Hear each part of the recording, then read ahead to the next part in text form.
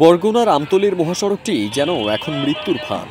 একদিকে গাড়ির বেপরোয়া গতি, অন্যদিকে অবৈধ 3 চাকার অটোরিকশার দৌরাত্মে প্রতিনিয়ত সড়কে দুর্ঘটনা ঘটছে। এলএমই সার্টিফাইড বিশ্বসেরা কপারে তৈরি ওয়ালটন কেবলস, যা আপনার স্থাপনাকে রাখবে সব সময় নিরাপদ। আমতলী উপজেলার শাঁখারিয়া বাসস্ট্যান্ড থেকে বান্দ্রা বাজার পর্যন্ত প্রায় 40 কিলোমিটার মহাসড়ক এখন দুর্ঘটনা, চুরি আর ডাকাতির হটস্পটে পরিণত হয়েছে। স্থানীয়দের দাবি, হাইওয়ে পুলিশ না থাকায় সড়কটি দুর্ঘটনা ও অপরাধীদের জন্য নিরাপদ আশ্রয় হয়ে উঠেছে। বিশেষ করে হাইওয়ে পুলিশের অভাবে এ ধরনের দুর্ঘটনাগুলো প্রতিরোধ করা খুব কষ্টসাধ্য হয়ে পড়ছে।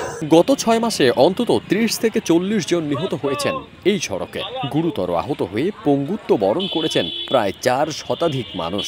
ভুক্তভোগীরা জানান, রাস্তায় নামলেই আতঙ্কে থাকতে হয় যে কখন দুর্ঘটনা ঘটে বা ডাকাতির শিকার হতে হয়। অবৈধ অটোরিকশা আর দ্রুত গতির গাড়ির কারণে মানুষ প্রতিনিয়ত প্রাণ হারাচ্ছেন। এ সংকটের নিরসন ও দুর্ঘটনা রোধে হাইওয়ে থানা স্থাপনের দাবি জানিয়েছেন স্থানীয়রা। প্রায় 40 জনের মতো এই সড়কে প্রাণ হারিয়েছে এবং বেশ কিছু লোক আহত হয়েছে এবং এর ফলে দেখা যাচ্ছে অর্থনৈতিকভাবে ক্ষতিগ্রস্ত হচ্ছে এই জনপদের মানুষ এবং চিকিৎসা সেবাও ব্যাহত হচ্ছে। যে হাইওয়ে থানাটা হইলে পর্যটকের এবং পায়রা বন্দরের সব কিছু বিবেচনা করে পর্যটকদের সুবিধা দেওয়ার জন্য ভটবড়ি, টমটম, নসিমুর এই অবৈধ চক্রের হাত থেকে এই মহাসড়ককে রক্ষা করা যায়, তা হাইওয়ে রাস্তার জন্য একটা হাইওয়ে ডিপার্টমেন্ট দরকার। দক্ষিণাঞ্চলের এই ব্যস্ততম সড়ক দিয়েই যেতে হয় কুয়াকাটা সমুদ্র সৈকত এবং দেশের বৃহত্তম পায়রা তাপবিদ্যুৎ কেন্দ্রে। প্রতিদিন শত শত যাত্রী ও পণ্যবাহী গাড়ি চলাচল করে এই পথে।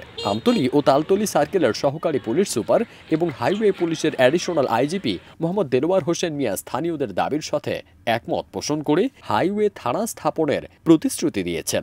দাবির সাথে আমরা আমাদের অ্যাসেসমেন্ট যেটা এখানে জরুরি ভিত্তিতে একটা হাইওয়ে থানা করা উচিত। এটা আমাদেরও বিভিন্ন লোকজন দাবি করতেছে এখানে করার জন্য।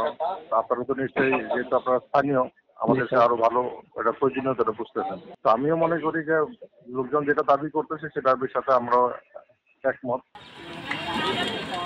ফারদিন সানি, দেশ রূপান্তর।